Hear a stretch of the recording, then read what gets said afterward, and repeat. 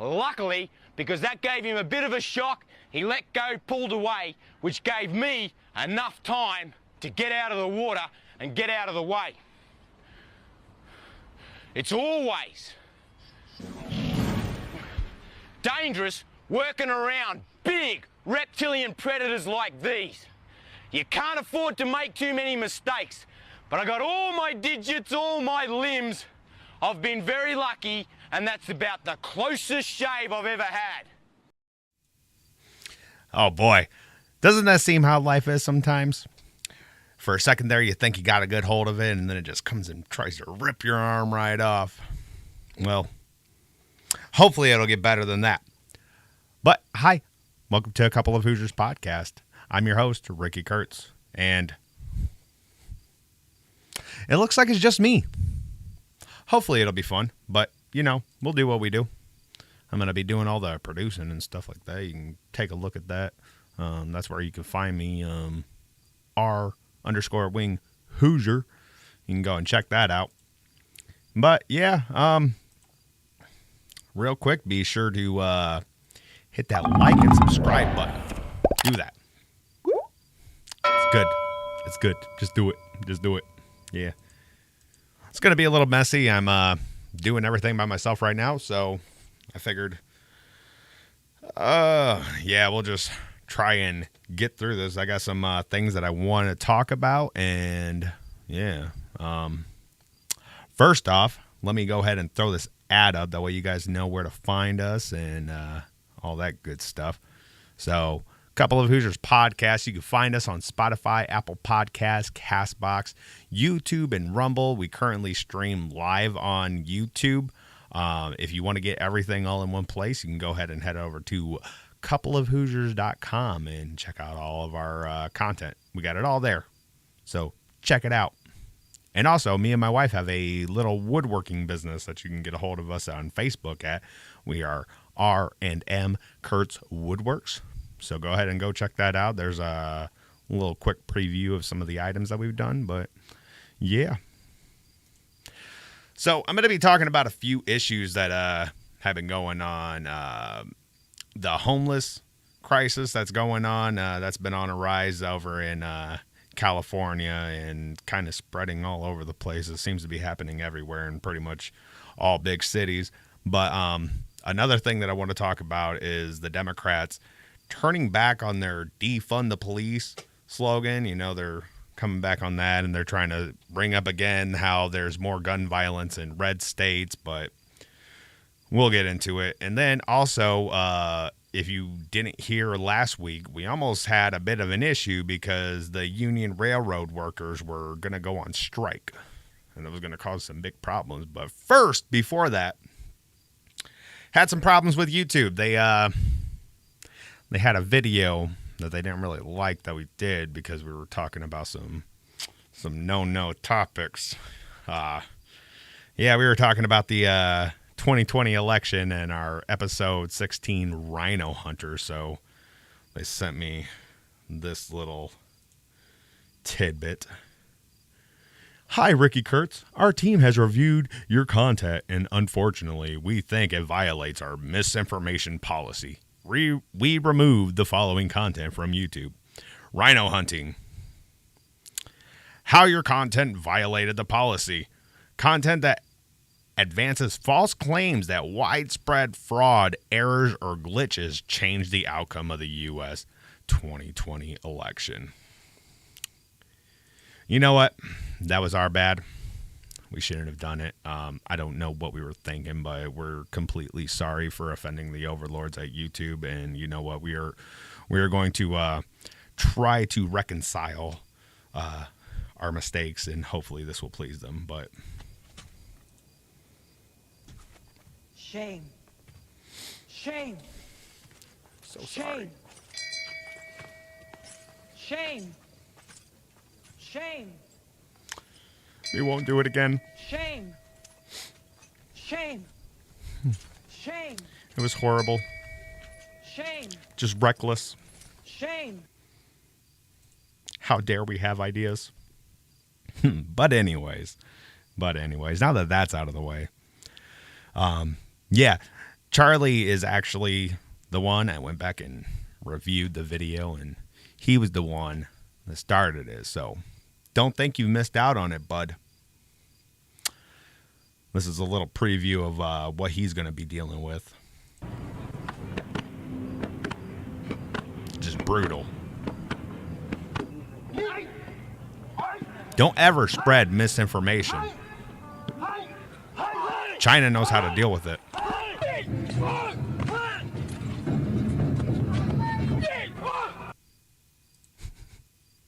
But all right, now that we're past all that, we're going to go ahead and get into a few things. First, trying to remember where I got everything. Oh, yeah, let's take a look at this tweet that I found. I thought this was a little odd. So, from the recount, locked in a tight race with Rep. Val Demings, Senator Marco Rubio from Florida trouts out a transphobic attack on the CDC for using the term pregnant people. Pregnant men, I can assure you that's never happened, Rubio said, which is factually inaccurate. I mean, I think I should be careful since YouTube is watching me, but it can't happen. See this? My man can't get pregnant. But, you know, the world's getting a little weird. They're starting to tout all these things that, like, well, let's just take a look at this image. Encourage men to pee sitting down to be more inclusive of trans men. Not every man is able to pee standing up. It is time for men to take a seat on the throne to create a more inclusive environment in the men's room. As I was transitioning, I found it triggering to constantly have to use the stall when going to the bathroom with my cisgender male friends. Jeez, that poor soul. And fight bigotry. 98% of straight men are unwilling to date trans women because of hatred. This has to change. But you know what? The White House has a very good response to this. They're forming a team, a little alliance. Let's take a look at it. The Gay Avengers! They are uniting. Yes. All of them work for the White House. They're the brave souls that are going to fight all these transphobic bigotry. Because we just can't have it. We just can't have it. It's not right. It's wrong. Don't do it. Don't do it. This is bullying. Oh, we're going to have fun. We're going to have fun. But you know what? Let's go ahead and we're going to get into some topics. Let's go ahead and switch over to this first article. Hi. You can see me up here in the corner. How California homelessness became a crisis. This was back last year in June. So, but it's still a pretty big issue. But we're going to talk about it a little bit. For a city as opulent as San Francisco, it's been jarring to see the extreme poverty of those experiencing homelessness on its street. If you walk around downtown, tents, makeshift cardboard beds, and human excrement, that's poop, can be seen littering the sidewalks. Impoverished people lie on the ground as a blur of highly paid professionals whiz by. In 2018, a UN official visited San Francisco on a world tour examining housing conditions. She was shocked by what she saw.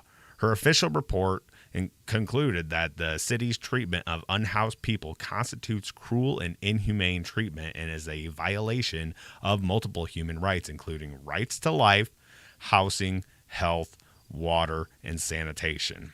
The number of homeless San Franciscans, is that what they call them? Oh, that's weird. But has only grown since then to more than 8,000 people, most of whom sleep on the streets, not in shelters.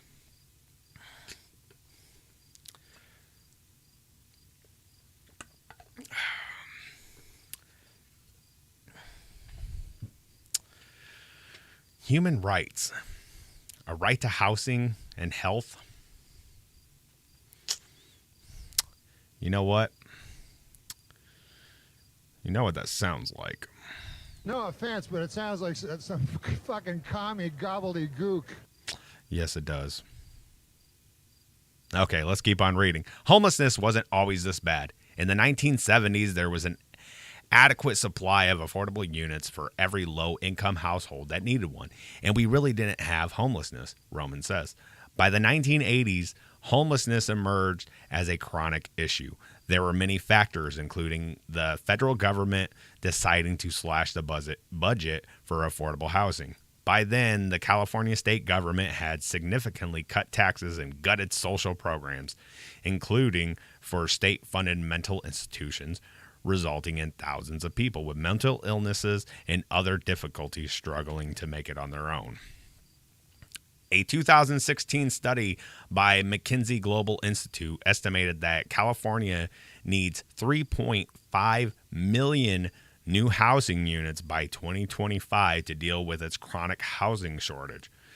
Yet, new housing construction has only slowed since then, despite Governor Gavin Newsom's campaign promise to lead an effort to produce those 3.5 million units. Even before the pandemic wrought havoc on the construction business, California was constructing only about 100,000 new homes per year, way below the minimum 180,000 per year that analysts say the state desperately needs. Do I have it? Yeah, okay. Okay, so the result of all this obscenely high rents and property prices combined with stagnant wages for huge swaths of low-income jobs and a lack of political will for spending substantially more on subsidized housing, it's easy to see why a large population of people has been doubling up, living with their parents, moving to the city's increasingly expensive outskirts, and being pushed out into the streets. Okay, just got a couple more things that I want to say from this article. As of January 2020, 72% of homeless Californians were unsheltered. Compare that to New York State, where only 5% are unsheltered. The result is a city where homelessness, while still troubling, is also less in your face. Warmer weather on the West Coast, which may alter thinking about the cruelty of allowing people to sleep outdoors, could play a role in the difference. But New York has a right to shelter because of a 1979 court decision that interpreted the state's constitution to give New Yorkers this right. And down here, the last little bit from this article, last year, Californians of all political stripes ranked homelessness as the biggest single issue they wanted the state to tackle, with a political groundswell, legal interventions, and the Biden administration providing billions of federal dollars for the cause. California politicians are finally trying to do something big to help people who are unhoused and housing insecure. Governor Newsom recently announced a $12 billion plan promising to provide 65,000 people with housing placements, more than 300,000 people with housing stability, and creating 46,000 new housing units. The initiative builds on programs implemented during the pandemic that converted hotels and other buildings into housing for the unhoused.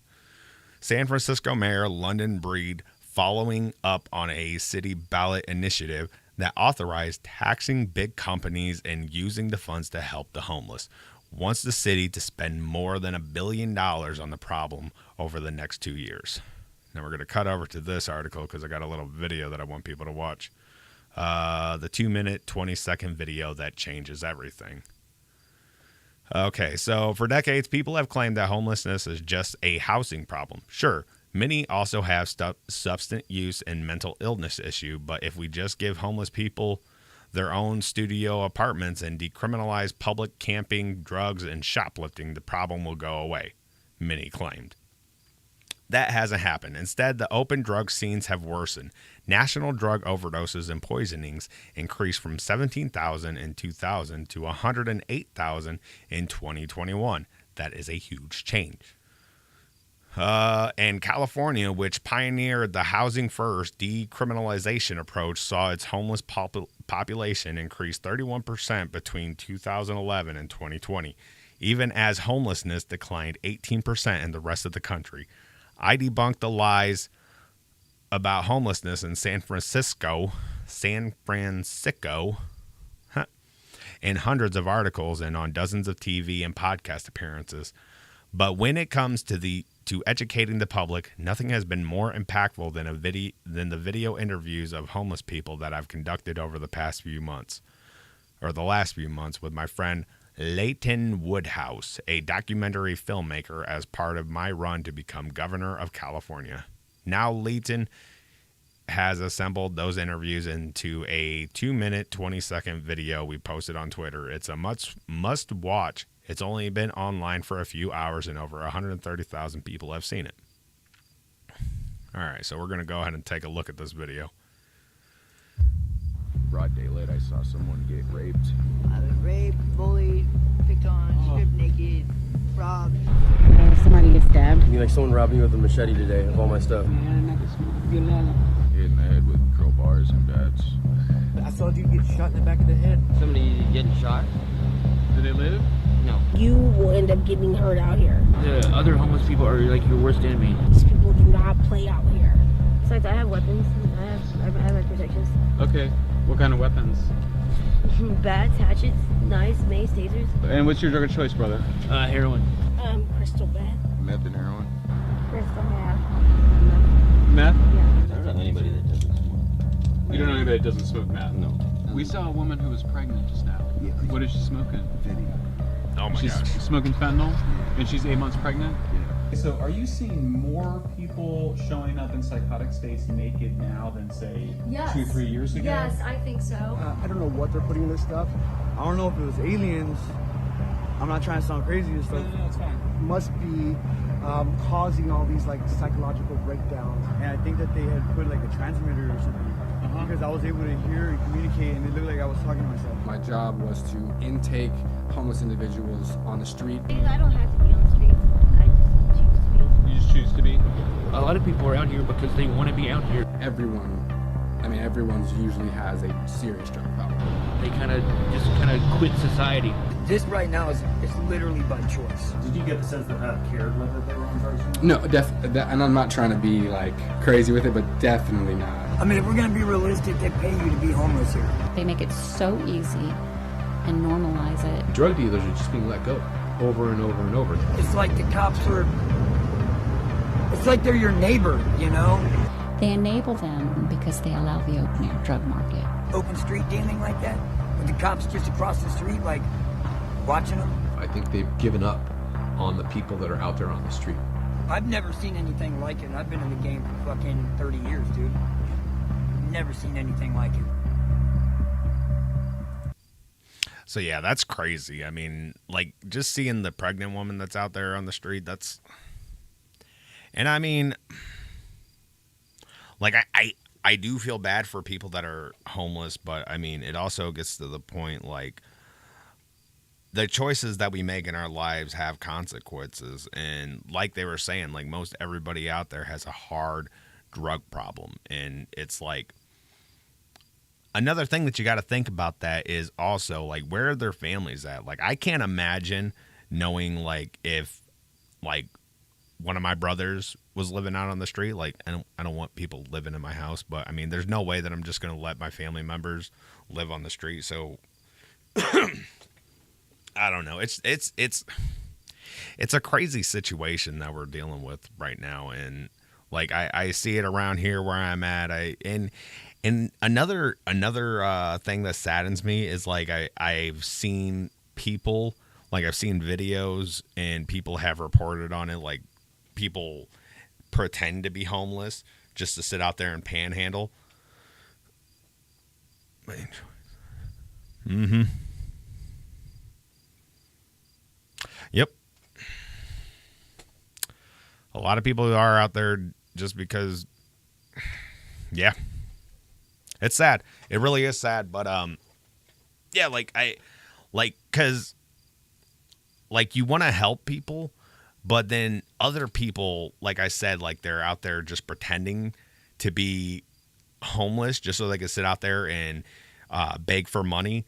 And it really gets to the point where like I don't want to contribute to somebody's drug habit. Like if I want to help somebody, like I don't want to see people starving. I want to help those people. But like they were saying, like everybody out there is like hard up on drugs, and I don't know. It's crazy. And then when it gets to like the political side, like they're starting to like decriminalize like the hard drugs. Like I know a lot of states have been like legalizing marijuana and all that stuff. And I'm not trying to compare like meth and heroin to marijuana, obviously, but I mean, the politicians are like taking this like easy path to it. But real quick, I got another video that I want you guys to watch. This was interesting. I think it's this one.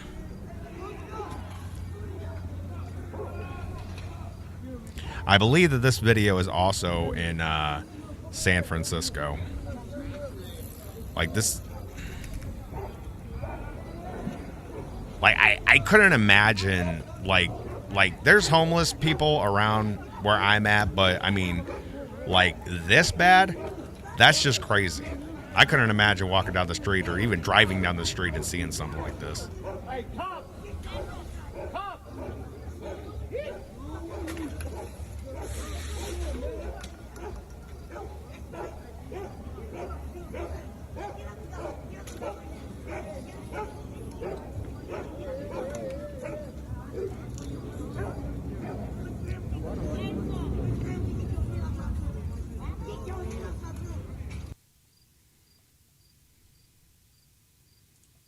Yeah, it's absolutely crazy. Give me a little drink. I'm thirsty. But yeah, if you're in here, make sure that you're hitting that like button. If you're not subscribed, hit that subscribe button and hit that notification bell. That way you can be alerted whenever we do new content and you can see it. Do it. Just do it. But yeah, let's go ahead and check out this next article. So from PBS News Hour, yeah, that's what it said. Oregon, first state to decriminalize possession of hard drugs. Now, this again was last year, so I mean, they've been taking this like liberal stance on like harder drugs for a while now, but let's go ahead and read some of this stuff. Police in Oregon can no longer arrest somebody for possession of small amounts of heroin, methamphetamine, LSD, oxycodone, and other hard drugs as a ballot measure that decriminalized them took effect on Monday. Instead, those found in possession would face a $100 fine or a health assessment that could lead to addiction counseling. Backers of the ballot measure decriminalizing hard drugs, which Oregon voters passed by a wide margin in November, hailed it as a revolutionary move for the United States. Now, I don't know how I feel about this. I mean, my thing is like the dealers is the one that I want to see going to jail over this. But I'd have to see like some results of like how this is actually helping these people. Like I know I've seen like methadone clinics where like people can actually go in there and they'll give them like drugs to like make sure like they're not like getting any bad drugs. Cause I mean, of course on the street you can get like a lot of like just bad stuff that you don't know what you're like either smoking or shooting up. So, I mean, it just doesn't make sense to me doing that, but I don't know. We'll have to see how it goes. I got another thing down here. Okay, so the ballot measure capped the amount of pot tax revenue that schools, mental health, alcoholism, and drug services, the state police, and cities and counties receive a $45 million annually, with the rest going to drug treatment and recovery service fund. Okay, so that's... the fund will awash in money if the sales trend for marijuana continues as expected. In the 2020 fiscal year, marijuana tax revenues peaked at $133 million, a 30% increase over the previous year, and a 545% increase over 2016, when pot tax began being collected from legal registered recreational marijuana enterprises around the state. So why? Why are they legalizing weed? Those dollars are going up. Send more money to the government. After decriminalizing of hard drugs, about 3,700 fewer Oregonians. That's what they call them. These other places. I mean, like, I don't know. That's weird. Oregonians. It sounds like something out of like Lord of the Rings or something like that. Like, come on. We're Hoosiers. Okay, but per year will be convicted of a felony or misdemeanor possession of controlled substances, according to estimates by the Oregon Criminal Justice Commission. The measure will also likely lead to significant reductions in racial and ethnic disparities in convictions and arrests. The state commission said, yes, because it's a racial issue with drugs.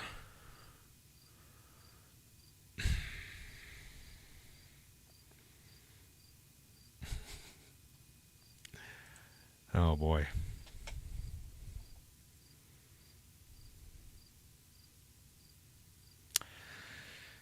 All right, let's move on to the next topic because I'm tired of talking about drugs. So yeah, let's go ahead and we'll get into this next topic. This video came out of Illinois. They got a new law coming in effect on next year in January that it just blows my mind. It's absolutely crazy. Let's take a look at it. As of January 1st, 2023, the following things will go into effect, and people need to be aware of this. It abolishes cash bail for almost every offense. This includes, but isn't limited to, kidnapping, armed robbery, second-degree murder, drug-induced homicide, aggravated DUI, threatening a public official, and aggravated fleeing and eluding. Offenders released on electronic monitoring have to be in violation for 48 hours before law enforcement can act. They could almost drive to Alaska before we can even look for them. It denies victims their constitutional rights. And keep this in mind, businesses and homeowners. Officers will no longer be able to remove trespassers from your residence or your businesses. Someone could decide to live in your shed, and all we can do is give them a ticket. That's You crazy. have to decide what level of force is required to remove them and whether or not it's legal. This is a massive threat to the residents of Orland Park, Cook County, and Illinois. Yeah, that's just absolutely crazy. Like, and I really like that they had the purge siren going on in the background, because that's literally what it feels like. It feels like they're just like legalizing all crime. I mean, are you guys serious, Illinois? And they're saying like someone could effectively like live in your shed, and it's up to you to figure out how to do it and how you're going to deal with it. I mean, if you know anything about Illinois, it's not easy to get a gun over in that state. So, I mean, you got that. I mean, I couldn't believe it when I saw that. Go ahead and write down in the comments what you think about it, but that blew my mind when I saw that. But let's go ahead and we're going to get into,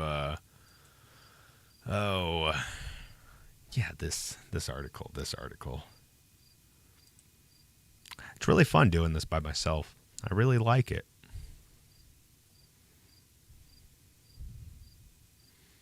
Okay, battleground Democrats embrace law enforcement 2 years after Defund the Police. Democratic candidates across the country are highlighting ties to law enforcement as they try to make headway on a frequent GOP issue. Okay, so yeah, Val Demings, that tweet earlier, that we were just talking about. She's running against Mark Rubio, I believe his name is, down in Florida. And it let's just read. Okay. I'm not playing the police. I am the police. I am a law enforcement officer, Demings told CBS News before her primary, where she won with over 84% of the vote. The Florida Democrat, who is taking on Republican Senator Marco Rubio in the fall, served 27 years in the Orlando Police Department. And I've said before, you know, I'm not one of those thin blue line, you know, back the blue entirely. I mean, I have my issues with police officers. I support them for taking on the job because it's a hard job. I mean,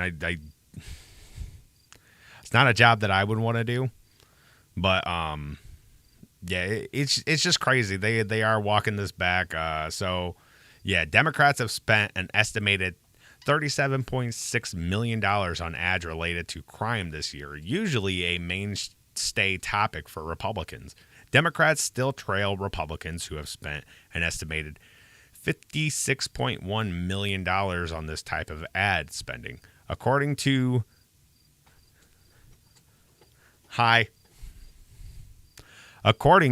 thanks for messing me up.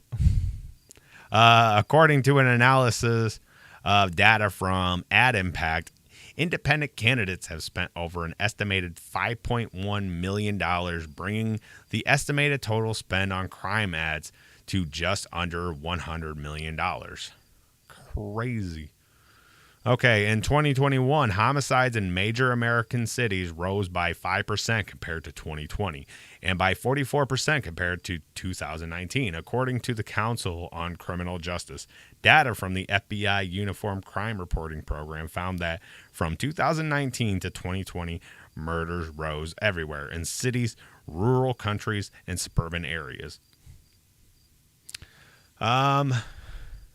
So yeah, I mean, like, you just got to think about it, like how hell-bent the Democrats were just a couple years ago, like defund the police, and it got as far as abolish the police, and now they're like, yay, police. Well, let's go down and read some more. Okay, we support our state police at a higher percentage rate than any other state in the country, Sisolak said. I don't think the vast majority of people are in favor for defunding the police. There are isolated instances that you see nationwide that are unjustified shootings, but that's the exception. That's not the rule. From June 2020 to October 2021, there was a 16% increase in voters who believe there should be more police spending in their areas and a 10% decrease in those that say it should be decreased, according to surveys at Pew Research. Okay, let's go over here. The left wing of her radical party hated police officers, and she was a police officer. That was a negative thing to them. So she decided, I've got to be a former police officer that's attacking police officers, and that's what she did, Rubio said on Tuesday. Now she says she's against defunding the police 2 years later. They didn't need to say it now. They needed to say it when people were burning the streets and torching police cars, he added. Very true. Very true. Democrats have backpedaled completely, so I think it's a win. Joe Biden, in his State of the Union, came out and said, we can't defund the police. We need more money for the police. Oh, wait. Come on, man. Yeah, come on, man. They all started parroting what I've been saying for years, Hogan, a potential 2024 Republican presidential candidate, told CBS News. He spoke with CBS News by phone on the way to Iowa for a roundtable with law enforcement earlier. This cycle, Democrats are even going on offense against Republican opponents on crime, which consistently ranks behind economy, inflation, and abortion as the top issues for voters. Do I have anything else that I want? Yep, down here. Okay, in Ohio, Democratic gubernatorial nominee Nan Whaley was the mayor of Dayton, Ohio, when 9 were killed in a shooting in 2019. Whaley said Republican Governor Mike DeWine called her the day after the shooting and said he would do something after introducing proposals that would institute a red flag law and background checks. Well, if you guys know me, I don't like red flag laws. That's blah. And background checks is already a thing, so that's just dumb. Okay, Whaley said DeWine didn't advance it because he got afraid of extremists in the party. Oh, look at that. I guess I'm an extremist. Don't ban me, YouTube. But yeah, that it really is crazy to think like how the Democrats are coming out, because a big thing has been we've covered it, the FBI raiding Trump's Mar-a-Lago house. A lot of Republicans are coming out now saying defund the FBI and defund the federal government and all that stuff. And I mean, there's been a lot of people saying that for a long time, but like I've said before, it's probably a new idea for a lot of people that have been mainstream Republicans. But I feel like that's the biggest reason why Democrats are coming out and saying they want to support the police and all that stuff, and they're hoping everybody forgets all the stuff they said. But luckily, we can record stuff and we can save stuff. So let's go ahead and watch this little video of what all the Democrats were saying about their feelings towards the police. Have fun. As of January 1st, oh, no, not that one. The following things will go into effect. So we've been talking this about one. Yeah, there we go. There's some issues that we ask police to do, like mental health issues or policing in schools and all the rest, that perhaps we can shuffle some of that money around. Suck it up. Defunding the police has to happen. We need to defund the police. Mayor Eric Garcetti saying, take some of the money from policing, about $150 million. I applaud Eric Garcetti for doing what he's done. Not only do we need to disinvest in police, but we need to completely dismantle the Minneapolis Police Department. But it sounds like so yes, defund your bus. Yes, I support the reallocation of resources from NYPD. We will be moving funding from the NYPD to youth initiatives and social services. They are talking about reducing the allocation of resources to that department, and I think every single city in this country ought to be thinking about the same thing. Just makes common sense. I support the defund movement. I'm for responsible reallocation of resources. And defund the police. I think you do all those other things. You don't need Gretchen Whitmer. The police department. So yeah, I mean the spirit of it, I do support that. Yeah, and a lot of us were asked if we could imagine a future without police back in 2017 when we were running for office. And I answered yes to that question. We are going to reduce funding in the police department and redirect that money. There's no reason the police budget should just keep growing and growing and growing. They can make sensible cuts to police. We propose to redirect over $7 million from the Police Bureau. That our city, through our city administrative officer, identified $250 million in cuts. Rashida Tlaib tweeting, no more policing, incarceration, and militarization. It can't be reformed. I don't think that the average person likely reads. They're saying we want fundamental, basic change. Hey, where's Cuomo? Haven't seen him in a while. Wonder what happened to that guy. We are reallocating funds. The police department here in Minneapolis needs to be dismantled, and we need to start anew. In some necessary cases, completely dismantling those police forces. Police departments are taking a sizable amount of the budget of a lot of municipalities and other entities. We need to look at those budgets, pull some of the money back, and invest it in other things. We are committed to shifting resources. Our calls to defund the police have been met with resistance.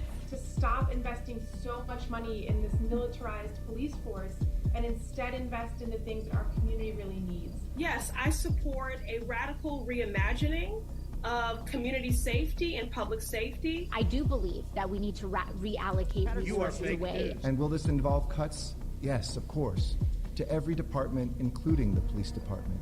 And so when we dismantle it, we get rid of that cancer. Come on, when we man. said defund the police, Get a life. The world woke up. I really love that Black Lives Matters and other protesters have put this front and center. A to crackhead. Defund. Defunding police means defunding police. If these reports are accurate, then these proposed cuts to the NYPD budget are a disingenuous illusion. This is not a victory. The freshman Democrat adding, the fight to defund policing will continue. We are going to reimagine policing in New York City. I think the idea of having a police-free future is very aspirational. And I am willing to stand with community members who are asking us to think of that as the Okay. I'm done listening to it. That goes on for like another 3 minutes. It was just an interesting video. But yeah, like just keep that in mind. Like if you see like how they're trying to come out now and say, you know, oh yeah, we support our police. No, they don't. They just want the vote. They'll say anything and everything to get it. And it's just these people. I would like to say like they're hypocrites, but I mean it goes without saying. Well, let's get into this. This is kind of throwing me for a loop. The red state murder problem. Because, you know, I mean, look at this. They got Alaska on here. Like, I remember seeing before that they said that Alaska was the most dangerous state in the country for gun violence. There's like 100 people that live in that whole state. What are you talking about? Oh my gosh. Well, let's take the takeaways from this. The rate of murders in the U.S. has gone up at an alarming rate. But despite a media narrative to the contrary, this is a problem that afflicts Republican-run cities and states as much and more than Democratic bastions. In 2020, per capita murder rates were 40% higher in states won by Donald Trump than those won by Joe Biden. 8 of the 10 states with the highest murder rates in 2020 voted for the Republican presidential nominee in every election this century. Now, there's a couple things with this article that I want to talk on. One, the per capita measurement is just ridiculous. I don't like the per capita. I think it's a silly argument when you get into it. But I mean, the main thing that I want to focus is I've done videos when I've been doing like gun violence and all that stuff. They always like up here, they say like, where was it? The murders in the U.S. has gone up at an alarming rate. They constantly mix between like murder rate and homicide rate, which murder and homicide, they're not interchangeable. Like a murder can be a homicide, of course, but a homicide isn't always a murder. And just looking here, what I've got here. Okay, so there is a measure of truth to these stories. The U.S. saw an alarming 30% increase in murder in 2020. While 2021 data is not yet complete, murder was on the rise again this past year. Some blue cities like Chicago, Baltimore, and Philadelphia have seen real and persistent increases in homicides. See how they switched to homicides now? These cities, along with others like Los Angeles, New York, and Minneapolis, are also places with wall-to-wall media coverage and national media interest. But there's a large piece of the homicide story that is missing and calls into question the veracity of the right-wing obsession over homicides in Democratic cities. Murder rates, see, they switched back to that, are far higher in Trump-voting red states than Biden-voting blue states. And sometimes murder rates are highest in cities with Republican mayors. Now, my problem with this is shootings that are self-defense, those are listed as homicides. So this is where like these studies that they try to bring up like get conflated, because it's shooting somebody in self-defense is not the same thing as a murder. Like it's just not. That's I can't stand these studies like this. It just, anytime I see it, I got to say something about it because it's absolutely just stupid. It's stupid. Okay, the chart below shows the top 10 murder rate states in 2020. Mississippi had the highest homicide rate at 20.50 murders per 100,000 residents, followed by Louisiana at 15.79, Kentucky at 14.32, Alabama at 14.2, and Missouri at 14. The national average was 6.5 per 100,000 residents, but the top 5 states had rates more than twice that high. So yeah, they're trying to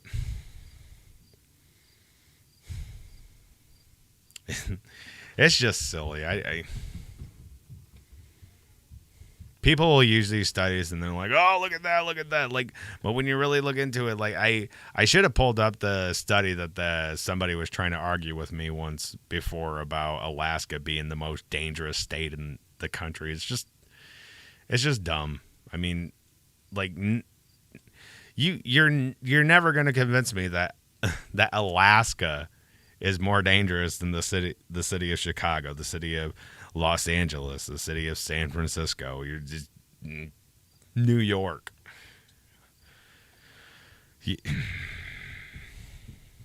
It's just dumb. Well, let's look at over here. Okay, so the Institute of Medicine and the National Research Council released the results of their research through the CDC last month. I don't know when this was. I don't think it was last month because I've known this for a while. But researchers compiled data from previous studies in order to guide future research on gun violence.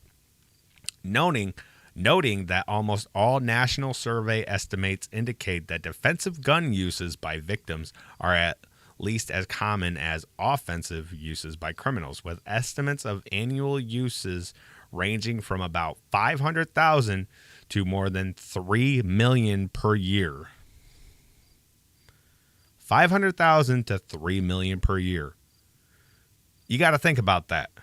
Because, I mean, a lot of the times, I mean, when you're carrying, if like somebody who wants to assault you or somebody who wants to try to hurt you sees that you have a gun, they're not going to do anything.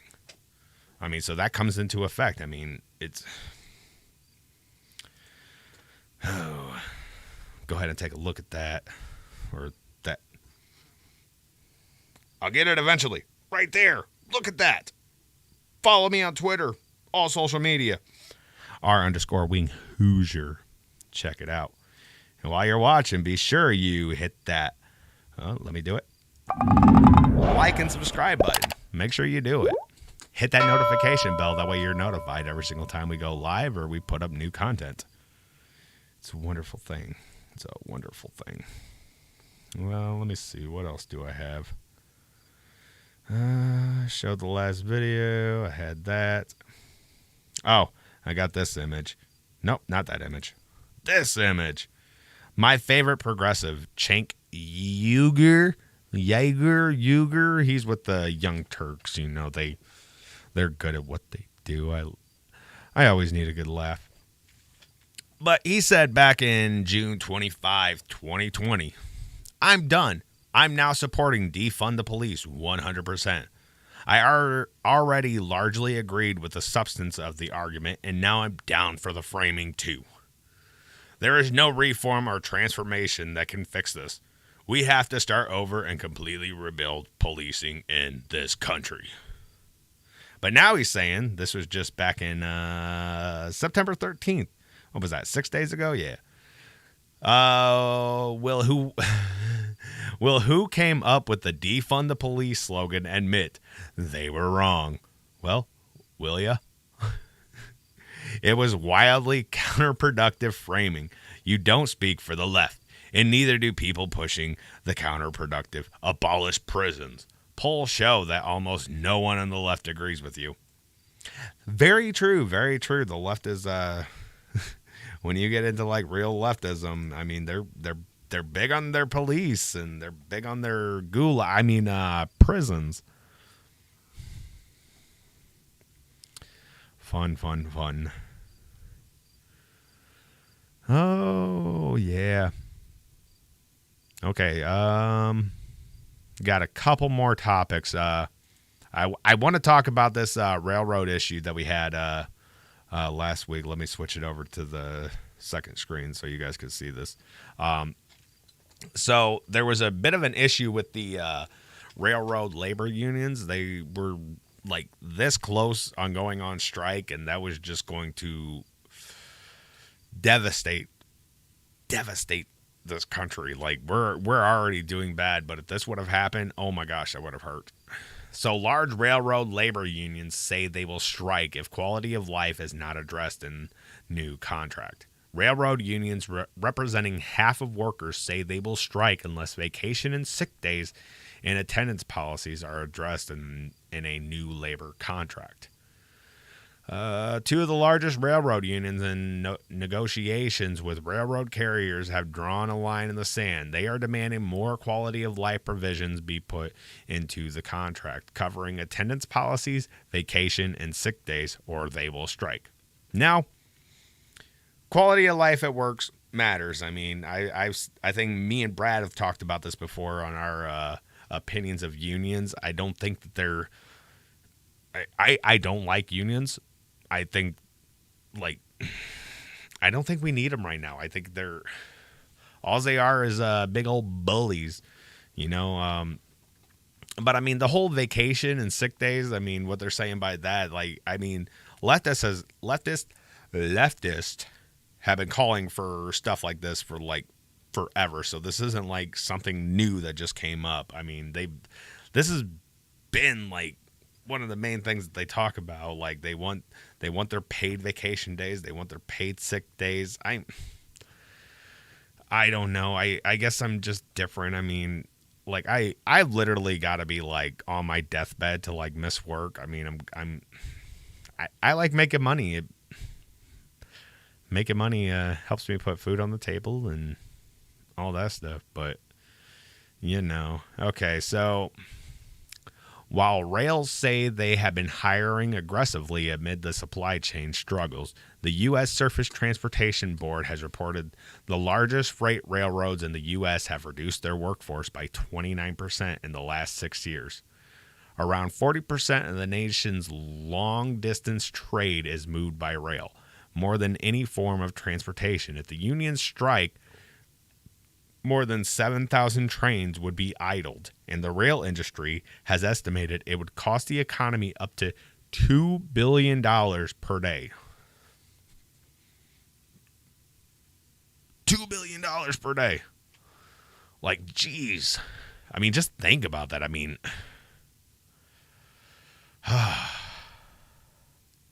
yeah, that had me worrying a little bit last week. I was like, oh my gosh, I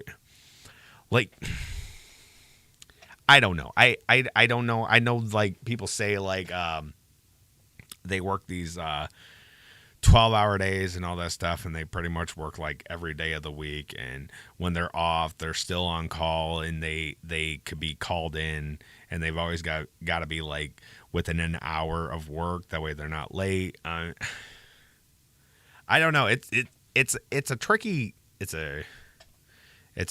situation. I mean, I don't know.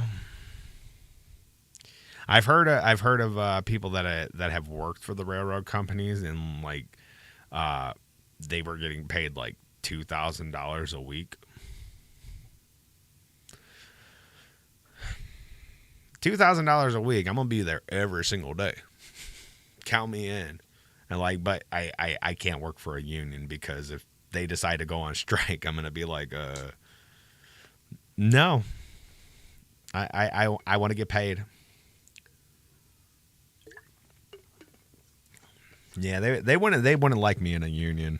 I'm not a union guy. They would all hate me because I'm not a striker. I'm not gonna go on strike. I think it's silly, but the strike was averted for now. Okay, so railroad strike averted after marathon talks reached tentative deal. Okay, so unions and management reached a tentative deal early Thursday, averting a freight railroad strike that had threatened to cripple U.S. supply chains and push prices higher for many goods. The deal, with unions representing more than 50,000 engineers and conductors, was announced just after 5 a.m. Eastern Standard Time in a statement from the White House, which called it an important win for our economy and the American people. So yeah, last Thursday is when they reached their agreement, and they decided, okay, for now we're not gonna strike. But let me see. Yeah. Okay, so what they want from this. Okay, so the deal gives the union members an immediate 14% raise with back pay dating back to 2020 and raises totaling 24% during the 5-year life of the contract. So they get 14% now, and after 5 years, it'll bump up to 24%. That runs from 2020 through 2024. It also gives them cash bonuses of $1,000 a year. All told, the back pay and earlier bonuses will give union members an average of an $11,000 payment per person once the deal is ratified. Whoa. Each one of them are getting $11,000. That's...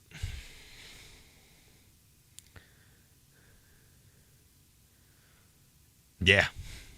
I'll go to work for that, but if they decide to strike, yeah, I'm not doing that. So a few other details of the deal have so far been made public, but the statement from Biden indicated that the major sticking point involving work rules and scheduling issues that had brought the country within a day of its first national rail strike in 30 years had been addressed in the union's favor. Did I have that? Yep, down here. Okay, so the agreement does not mean the threat of the strike has gone away entirely. The deal needs to be ratified by rank-and-file union members. So we're not completely out of the wind of this. I mean, you never know. These union guys, they like to strike. I know I was talking with a guy at work. He had a buddy of his that works for a union offering him a job and said that it was like $90 an hour pay, and like all he does is operate a crane. And he asked him like, well, what do you do if it's raining? He was like, oh, well, you just pull up in your truck and you just sit there and you get paid. I was like, you get paid to sit in your truck in the rain?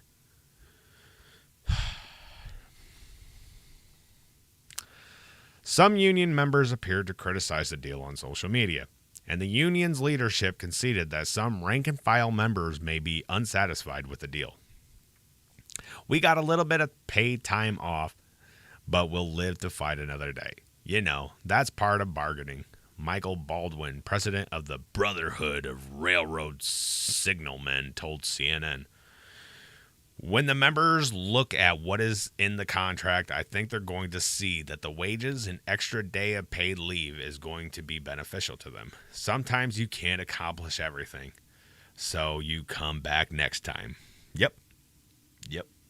That's how these unions work. I mean, you can give them a little bit, they want a little bit more, and especially now that they know that like a strike like this would cripple us so hard. I mean,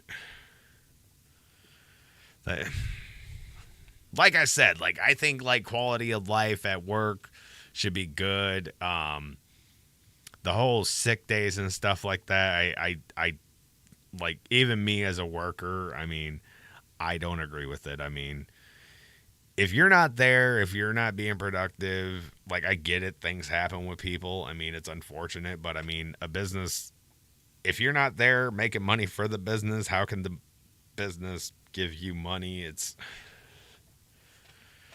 but that's not the way the leftists see it. They don't care about profits. Profit is an icky word to them. Do I had anything else that I wanted to? No, that's pretty much it from this. Let me see. Do I have any? Nope, I don't have any other videos or anything that I wanted to play.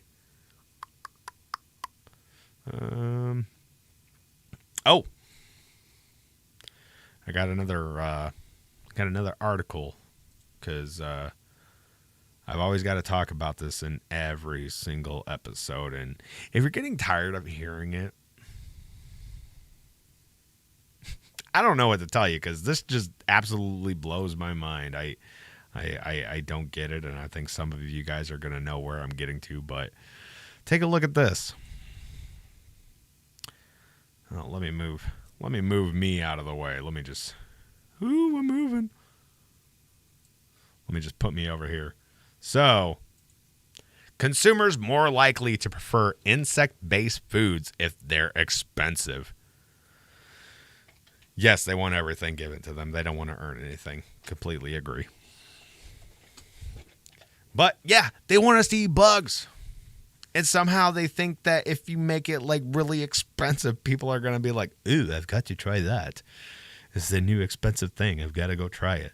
This just blew my mind. Like, I mean, it already blows my mind that they think that people are going to want to switch to eating bugs instead of burgers, sausages, ribs, bacon. But yeah, let's take a look at this. Insect burger, spicy. Made with mealworm and vermicelli. Yeah, they put some weird words on there. Mealworm, that's probably the bug that they use. Oh my gosh, that's just crazy. You get 2 burgers with it. Swiss made. Ooh. Oh my gosh. Replacing some of the animal meat in Western diets with insects could benefit the environment as well as people's health, the study author argues. You can argue it day and night. I'm going to tell you, no, I'm not doing it. Okay, so a study led by researchers at the University of Bern suggests that consumers might be more tempted by insect-based food products such as mealworm burgers if they associate those products with high quality via a hefty price tag. No, you won't. No. Stop it, woman. You're not buying that. Oh, let's go on. In May of 2017, Switzerland got the legal green light to retail insect-based food products subject to legal and safety regulations, bringing it into line with the European Union. Later that year, Swiss retailer Coop debuted a mealworm-based burger. Gross. Insect balls and burgers go on sale in Switzerland. That's just, ugh. Ugh. It's just so horrible. But, okay, let's see down here. But according to Swiss and German researchers, many people in Western countries are still bugged. They're bugged by the idea of eating insects, with attitudes of skepticism or even disgust, preventing them from consuming each product. Wait for it. That's racist! Of course it's racist. Don't you know other countries eat these bugs? And yeah, I don't know. It sounded funny when I thought about it. Good for you. Don't do it. Don't eat the bugs. Don't sleep in the pods. Don't get the brain chips. Oh, the research team, led by Sebastian Berger at the University of Bern, conducted 2 consumer psychology experiments to find out whether the price of insect-based food products like mealworm burgers might affect consumers' preferences for them. They found that insect products were more popular if labeled with luxury prices. The results published in the British Food Journal suggest that the general belief that buyers tend to associate higher quality products with higher prices holds true even for insect-based foods. Oh my gosh.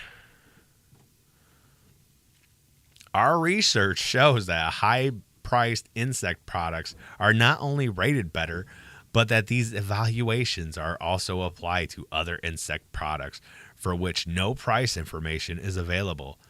Berger said in a... That's funny that his name is Berger and we're talking about insect burgers. It makes me laugh. Said in a press release on Thursday, this subsequent spillover effect also resulted in more positive attitude towards product containing unprocessed insects. Well, at least they're not processed. Oh my gosh. Such as truffles that contain visible pieces of mealworms. I'm done. I don't want to read no more. Don't eat the bugs. Don't do it. Don't do it.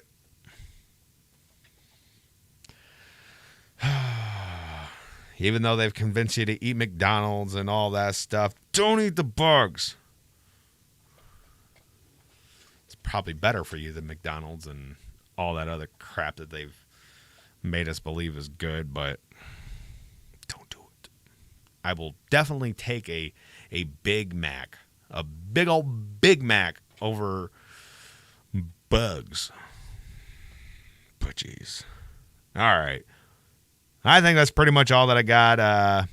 Like I said, be sure to hit that like and subscribe button right up there. Do it. Hit that notification bell. Oh. Hit that notification bell. That way you could be notified every single time we put up new content or we go live. We're going live on YouTube. I was talking about earlier in the episode how YouTube deleted one of my videos, but it's still on Rumble, and I got the link in the description if you want to go check it out. It was a pretty good conversation that we were having, but the YouTube overlords said, no, we can't have any of that, so they took it down. But I just want to let everybody know that if for some reason we're not on YouTube, we will start streaming over at Rumble. So, like, YouTube, I don't care. I mean, if you want to take me down, take me down. I got other options. I'm just going to be on here as long as I can doing what I do. But yeah, I just wanted to throw that out there. Yeah, go ahead and give it a watch because it was a good conversation. But let me go ahead and run this ad real quick. Couple of Hoosiers podcasts. You can find us on Spotify, Apple Podcasts, CastBox, pretty much anywhere that you listen to your podcast, you can find us. We live stream on YouTube, and the videos go up on Rumble, and we put little clips on TikTok. But if you want to get everything all in one spot, go to a couple of Hoosiers, not a couple of Hoosiers, just coupleofhoosiers.com. And also, me and my wife run a little woodworking business, R&M Kurtz Woodworks. Find us on Facebook. Get a hold of us. There's a few pictures of some of the products that we've done. They look nice, don't they? Don't they? You love them. Get a hold of us, and we can make something for you. But I think that's going to be everything. It wasn't too bad. I hope you guys enjoy it. And, yeah, don't eat the bugs. I'll see you guys later if I can figure out. Bye. Have fun.